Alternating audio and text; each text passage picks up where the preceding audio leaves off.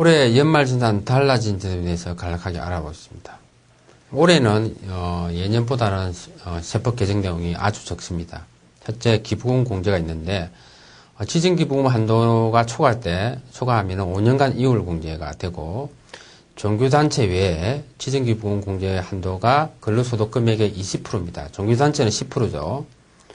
예를 들면 한국납세연맹이라든지 굿네이버스라든지 이러한 지정기부금 단체에 기부를 하실 때는 근로소득 금액의 20%가 소득공제 한도다, 이렇게 이해하시면 되고, 저소득 근로자에 대한 월세 소득공제가 신설됩니다. 배우자 또는 부양가족이 있는 총급여 3천만 원 이하의 무주택 근로자에게 국민주택 규모 이하의 주택에 대한 월세 금액 지출액의 40%를 연 300만 원을 한도로 소득공제를 해줍니다.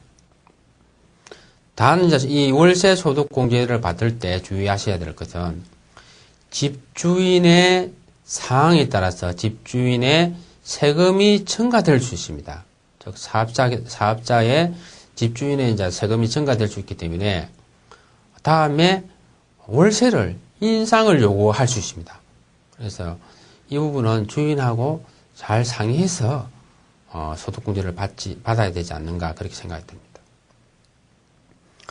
그리고 그 저소득 근로자에 한해서 이제 개인 간 차입, 금융기관 말고 개인 간 차입에 대해서 주택자금 소득공제가 이제 인정이 됐고, 특히 이제 그 주택 임차 차입금 공제 조건에서 주택 만원 저축 가입 요건이 폐지됐습니다. 작년만 하더라도 주택 임차 차입금 공제를 받으려면 주택 만원 저축을 가입해야 됐었는데, 올해부터는 저축을 가입하지 않더라도 공제가 됩니다. 소득세가 누진세인데, 즉 누진세의 세율이 이제 조금 내려갔습니다. 그래서 현재 1,200만 원 이하는 6%인데 이건 종전과 동일하고, 1,200만 원 초과 4,600만 원 이하인 경우에는 1%가 내려가서 15%, 그리고 8,800만 원 이하는 1%가 내려가서 24%, 그리고 8,800만 원 초과는 35%로서 동일합니다. 즉, 우리의 소득세율은 여기에 항상 10%가 주민세가 따라붙죠. 예. 그리고 작년까지는 미용, 선행수술 등 이렇게 보약구입비에 대해서 의료비 공제가 됐는데 올해부터는 폐지가 됐습니다. 그리고 올해 세법 개정 내용 중에서 가장 근로자에게 많이 해당되는 것은 신용카드 공제죠. 즉 신용카드는 최저 한도가 있는데, 최저 한도가 인상되었습니다. 총 금액의 20%에서 25% 인상되었고, 소득 공제율도 지금 보면 체크카드나 이런 부분에서는 20%에서 25%로 인상되었습니다. 그래서 신용카드로 쓸 때보다 체크카드로 쓰면 5% 정도 공제를 더 많이 해준다, 이렇게 이해하시면 되고, 그리고 공제 한도도 이렇게 500만 원에서 300만 원 축소됐습니다. 그래서 신용카드를 아무리 많이 쓰더라도 최고로 받을 수 있는 소득공제는 즉 300만이다, 이렇게 이해하시면 되겠습니다. 자, 그러면은 소득공제를 어떻게 하면 많이 받을 수 있을까에 대해서 한번 공부해 보도록 하겠습니다. 자, 근로자들이 놓치는 소득공제에 대해서 집중적으로 공부하도록 하겠습니다.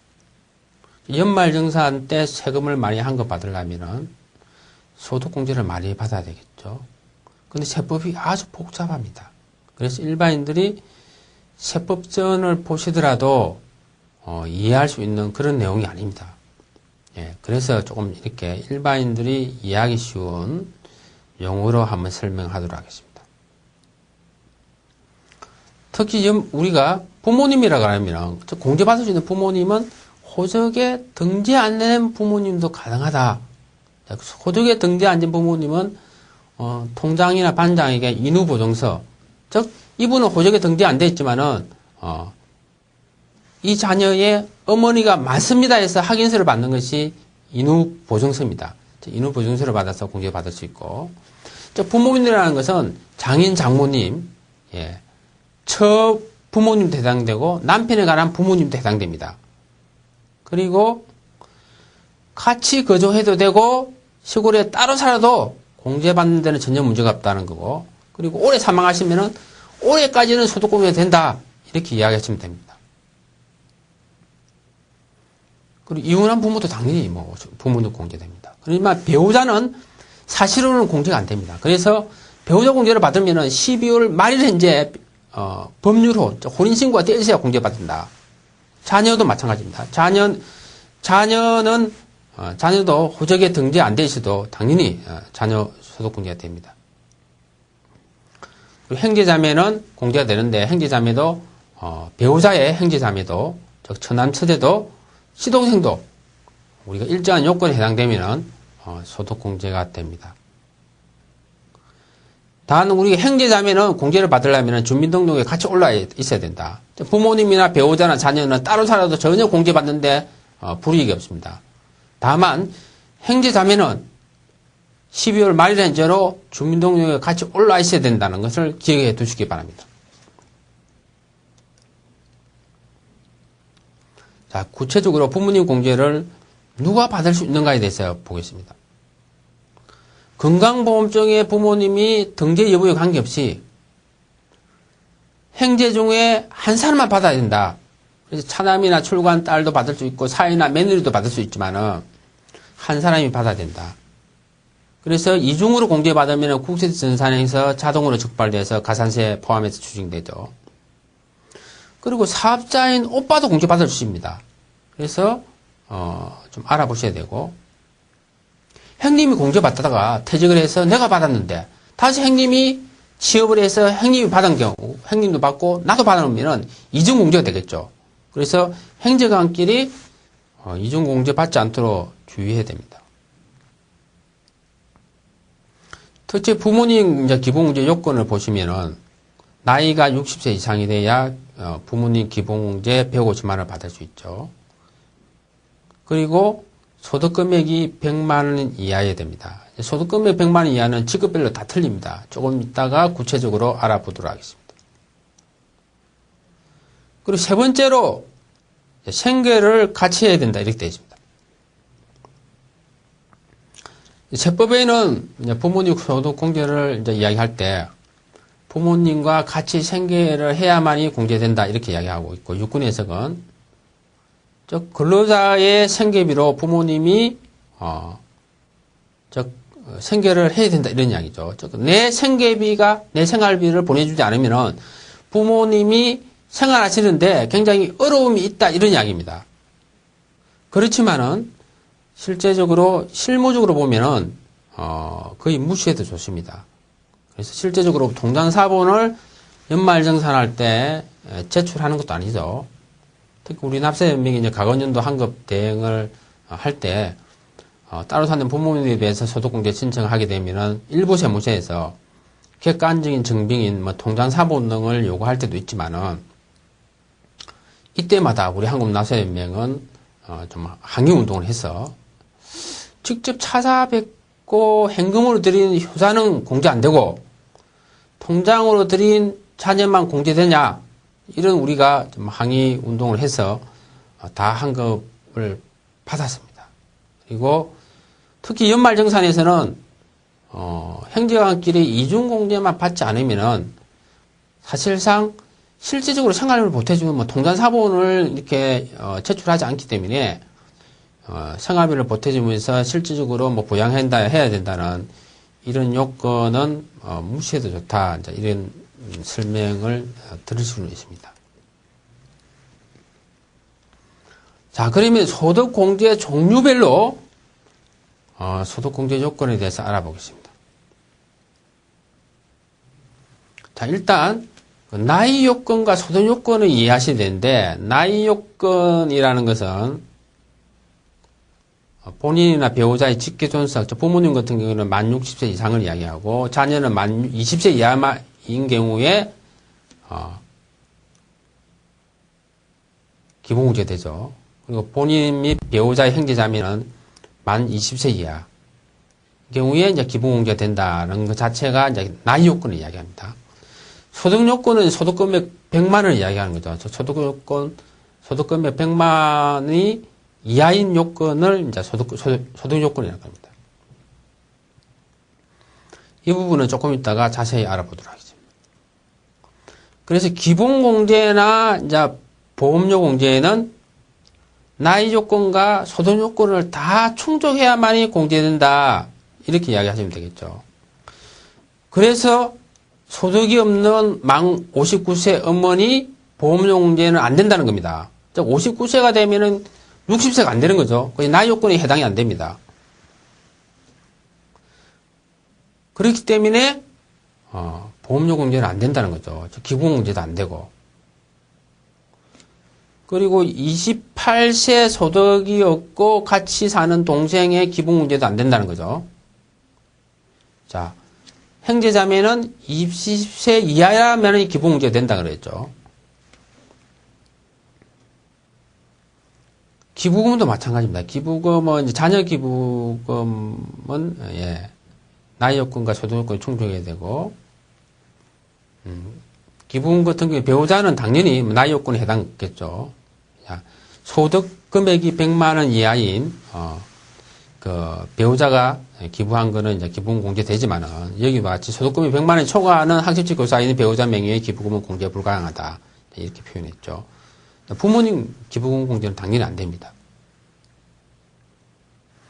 자, 그러면 배우자 공제 요건은 어떻게 되느냐? 배우자 공제는 나이는 관계없지만은 즉 소득 금액이 100만 원 이하여야만이 공제된다는 거죠. 이 부분 중요합니다. 그리고 교육비도 마찬가지고 신용카드도 마찬가지입니다. 즉 배우자 교육비 신용카드 공제는 나이하고는 별로 관계없고 소득금액이 100만 원 이하면 공제된다 그런 이야기입니다.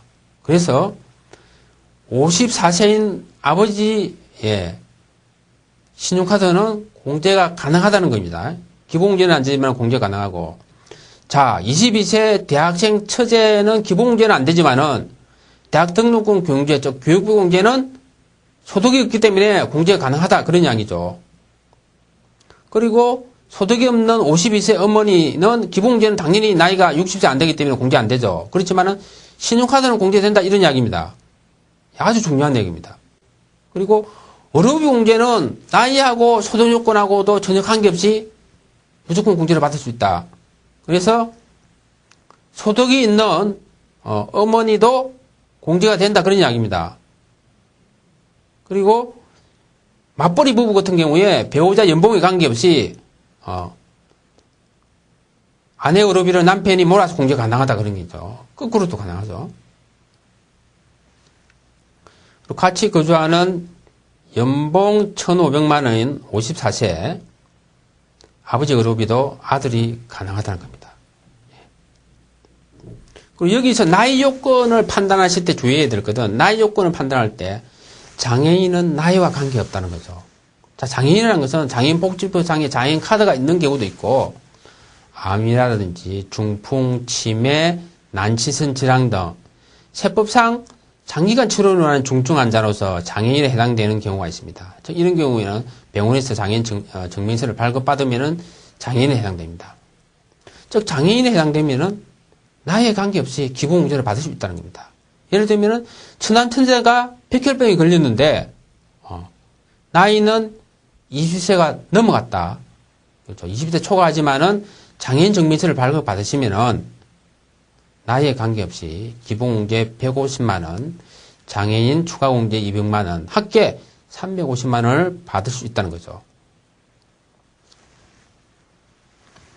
그리고 우리가 국세청의 유권 해석을 받을 때 특별공제라 그럽니다. 특별공제라는 것이 교육비 공제라든지 신용카드 공제라든지 의료비 공제에 있어서 이런 경우는 이제 공제를 받으려면 즉 지출을 해야 된다. 근로자가 이런 요건이 있는데 이것도 실무적으로는 크게 중요하지 않다고 생각을 합니다. 그래서 맞벌이 부부 같은 경우는 누가 지출했는지도 사실상 쉽게 판단할 수는 없겠죠. 그래서 직접 지출해야 된다는 요건은 실무적으로는 크게 중요하지 않다는 것도 하나 기억해 두세요. 자, 여기 이제 앞에서 설명한 거를 조금 더 이제 케이스로 한번 보겠습니다. 부모님, 아버지가 50세고 소득이 없습니다. 예. 그리고 어머니가 45세인데 보험 모집인이시고 월 100만 원 소득이 있다. 이런 경우에 소득공제는 뭐 아버지는 당연히 아버지나 어머니가 이제 나이가 만 60세가 안 되기 때문에 60세 초과가 안 되기 때문에 기본공제는 당연히 안 되겠죠. 그렇지만은 신용카드 공제는 나이에 관계없이 소득 금액이 100만 원 이하면 공제된다고 했죠. 그래서 아버지가 소득이 있기 때문에 아버지 신용카드는 공제가 되고, 어머니는 소득이 이제 보험 모집이시기 때문에 소득 금액이 100만 원이 넘어갑니다. 그래서 신용카드 공제가 안 된다 그런 거죠. 그렇지만 의료비 공제는 나이하고 소득하고 관계가 없다 그랬죠. 어머니가 소득은 많으시지만은 어머니 의료비나 아버지 의료비나 다 내가 공제받을 수 있다. 그런 이야기를 하는 거죠. 케이스 2는 한번 보시면은 아실 겁니다. 자, 그러면 여기서 한 번 더 이제 이거 부양가족 공제에 대해서 한번 체크를 해보겠습니다. 우리가 일반적으로 나이 요건에 해당 안 되는 부분들이 사람들이 잘 놓칩니다. 특히 부모님이 계시는데 이 부모님이라는 것이 할아버지, 할머니도 포함되죠. 그리고 처부모님도 해당되고, 부모님이 이제 60세 미만이고 소득 금액이 100만 원 이하라면은 의료비 공제나 신용카드 공제가 가능하다는 겁니다. 그래서 실제적으로 결혼을 안 하신 근로자들, 즉 나이가 20대나 30대 초반의 근로자들은 대부분이 부모님이 나이가 60세 미만이죠. 즉 이런 분들은 기본공제는 안 되지만은 잘 챙기시면은 부모님에 관한 의료비라든지 신용카드 공제도 받을 수 있다는 거죠.